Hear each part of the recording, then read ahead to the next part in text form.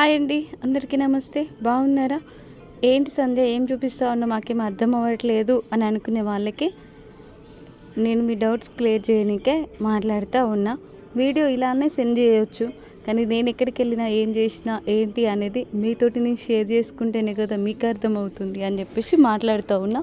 మా ఊరి మదన పోచమ్మ విశేషాలు ఏంటి, ఇక్కడ అమ్మవారికి ఎలా చేసుకుంటాము ఏంటి అనేది నేను ఈరోజు వీడియో చేసి పెట్టాను. మీ అందరు కూడా స్టార్ట్ చేస్తే చివరి దాకా ఈ వీడియోని చూడండి, మీకు అర్థమవుతుంది. మా ఊర్లో అమ్మవాళ్ళు వస్తే మాకు ఇక్కడ డప్పు చప్పుడుకు ఆ దరువుకు ఇంకా అసలు పూనికాలు స్టార్ట్ అయినాయి అంటే అమ్మవాళ్ళు అసలుకే ఆగరు. ఆ రేంజ్లో ఉంటుంది సౌండ్ అనేది కదా. విన్నారు కదా, స్టార్టింగ్ మీకు అర్థమయ్యే ఉంటుంది. ఇక్కడ విశేషాలు ఏంటంటే అమ్మవారు ఎవరి మీనికైతే వస్తుందో వాళ్ళకి ఖచ్చితంగా పట్నాలు మాత్రం వేయాల్సిందే. పట్నాలు, ఏటెలు, కోడిలతోటి మొక్కులు ధూమ్ధామ్గా ఉంటుంది మా ఊరి మదన పోచమ్మ గుడి కాడ. అసలు చెప్పుకోవాలి అని అంటే మా చెన్నుల్లా ఏదో మాకు పెద్ద విశేషంగా జరిగిపోతూ ఉంటుంది. అక్కడ అమ్మవారు వచ్చినాము చూడండి, కింద పడి కొట్టేసుకుంటా ఉన్నది. ఘోరంగా దెబ్బలు తాకొచ్చు, ఇద్దరు పడిపోయి ఇల్లు అట్లనే. మేము ఇటు సైడ్ వాళ్ళు అటు సైడ్ ఉన్నారు. అయితే ఏంటంటే మా చెల్లె వాళ్ళు ఈరోజు పోచమ్మ కాడికని వచ్చారు. వాళ్ళు ఇక్కడ కాదు, వాళ్ళు వచ్చేసి మహదేవ్పూర్ అవతల ఉంటారు. ఆమెకి బాబు పుడితే అమ్మవారికి ఏటతోటి మొక్కుకుంటా అని మొక్కుందంట. అయితే కొడుకు పుట్టేశాడు కదా, అందుకని చెప్పేసి మా చెల్లి మేకని పట్టుకొని వచ్చేసింది మొక్కుకోవడానికి. ఏటండి, ఏట పట్టుకొని వచ్చేసింది. ఇక్కడ మా చెల్లి బోనం వండింది. అయితే మాకు తెలీదు, నిన్న సడన్గా ఫోన్ చేసి అక్క ఇట్లా నేను రేపు మొక్కు పెట్టేసుకుందాం పోచమ్మ ఇక్కడికి వస్తానమని అన్నది. సరే వచ్చేసే అని అనుకున్నాం. ఇక తను రాగానే అందరం ఇలా వచ్చేసినాం. ఇక్కడ ఏంటంటే చెట్ల నీడకి ఎండ చూడండి ఎట్లా కొడుతూ ఉందో. ఇట్లా ఉన్న వాతావరణం మా మొక్కులన్నీ అయిపోయి మాకు వంటలు అయ్యేసరికి చక్కగా ఎంత కూల్గా అయిందో అది కూడా చూపిస్తాను చూడండి. మొత్తం మబ్బు వచ్చేసింది, వర్షం వస్తుందేమో అనుకున్నాం, అడావిడి చేసేసుకున్నాం. కానీ దైవం నాన్న అసలు వర్షం రాలే, దేవుడు ఉన్నాడు అనిపించింది.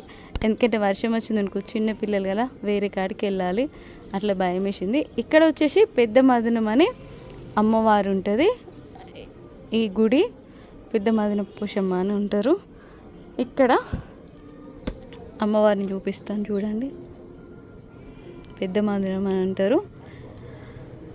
ఈ అమ్మవారికి ఫస్ట్ మదన పోచమ్మ కాడికి వచ్చిన ప్రతి ఒక్కరూ అక్కడ మొక్కులు పెట్టడానికన్నా ముందు ఈ అమ్మవారి దగ్గరికి వచ్చి మొక్కులు చెల్లించుకోవడం మా ఆనవాయితీ. అట్లనే ఉంటుంది, ఎందుకంటే పెద్ద మదనము అని అంటారు కాబట్టి ఆ అమ్మవారి కన్నా ఈ అమ్మవారు పెద్దది అని మేము భావిస్తూ అక్కడ అమ్మవారి దగ్గరికి వచ్చి అక్కడి నుండి మళ్ళీ ఇక్కడికి వచ్చి ఈమెకు ఫస్ట్ మొక్కులు పెట్టేసిన తర్వాతనే నెక్స్ట్ మళ్ళీ అక్కడికి వెళ్ళి అక్కడ పెట్టుకోవాలి. ఈమె దగ్గరికి వచ్చేసి ఫస్ట్ ఇక్కడ పెట్టేసుకున్న తర్వాత మళ్ళీ ఆమె దగ్గరికి వెళ్దామని. ఈమె వచ్చేసి మరాఠీ పోచమ్మ అని ఇంకొక పక్కన గుడి ఉంటుంది.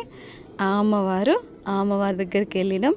మా చెల్లి కూతురు ఇక్కడ నేనే వేసేస్తా అంటే ఆమెతోటే పసుపు కుంకుమలు వేయించుతూ ఉన్నది. మా అక్క వచ్చేసి చిన్నపిల్లలు ఏది చేసినా సరదాగానే అనిపిస్తుంది కదా.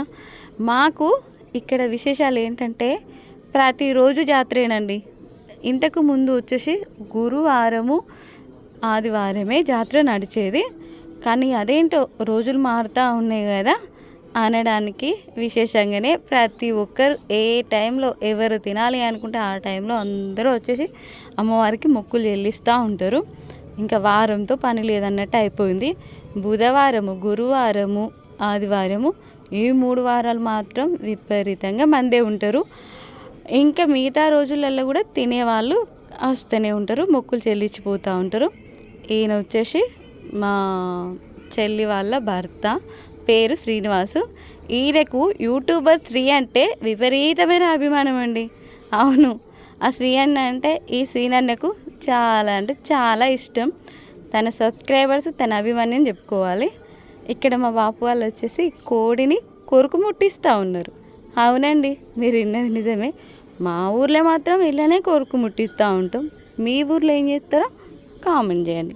మీకు ఇంట్రెస్ట్ అనిపిస్తేనే ఇలా కొరుకులు ముట్టించి అదే మనము అమ్మవారికి మొక్కులు పెట్టినప్పుడు అవి ముట్టిందనుకో మనకు కాస్త డౌట్ క్లియర్ అయిపోయి ప్రశాంతంగా అనిపిస్తుంది. అమ్మవారికి ఇష్టపూర్వకంగా మన మొక్కు చెల్లింది అని. అందుకనే ఇట్లా మనము పప్పు పల్లారంతో అట్లా మొక్కులు చెల్లిస్తూ ఉంటారు. అక్కడ మొక్కు బాగానే అయిపోయింది. అక్కడ నుంచి మదనపోషమ్మ టెంపుల్కి వచ్చేసినాం మేము. ఇంకా ఇక్కడ ఈ రింగుల మధ్య గిరిగిరా తిరగాల్సిందే. ఇంకా తిరిగేస్తూ ఉన్నామండి.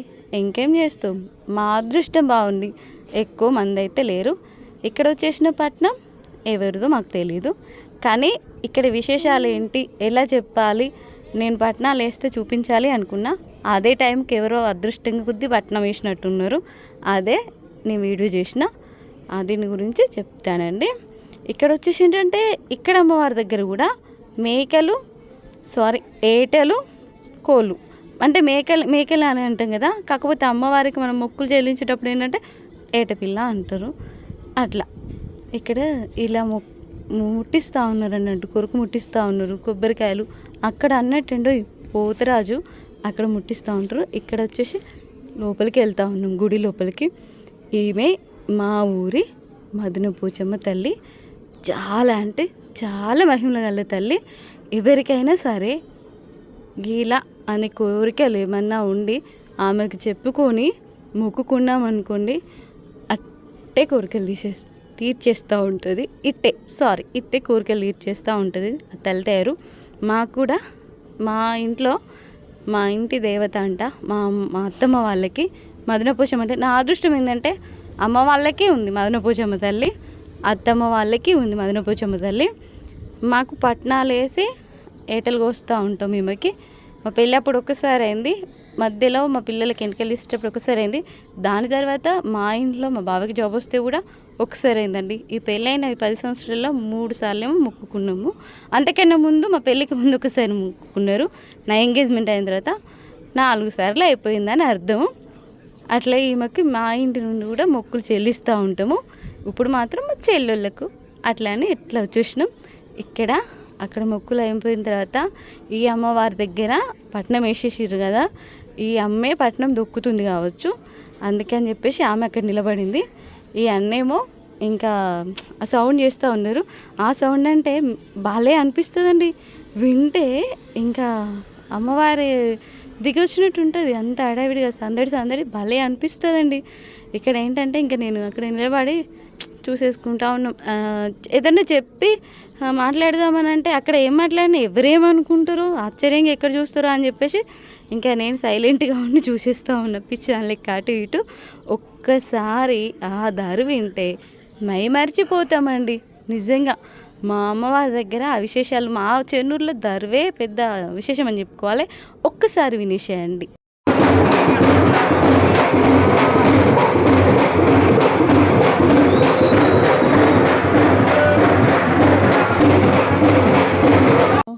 ఘోరంగా పడిపోయింది అసలు ఆమె అయితే.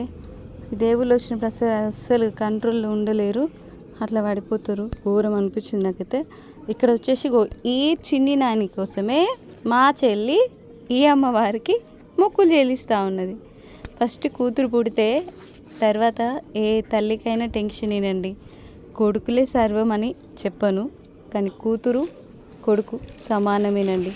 ఇద్దరు ఉన్న చోట ఏ తల్లికైనా హ్యాపీగానే అనిపిస్తుంది. అట్లా ఫస్ట్ పాపాయి తర్వాత కానుపుకు ఎవరికైనా టెన్షన్ ఉంటుంది కదా.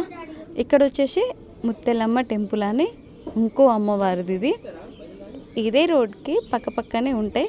కాస్త గ్యాప్ ఇచ్చి ఒక అమ్మవారి తర్వాత ఇంకో అమ్మవారికి, ఇంకో అమ్మవారి తర్వాత ఇంకో అమ్మవారికి అన్నట్టు ఇట్లా మొక్కులు చెల్లిస్తూ ఉంటాం.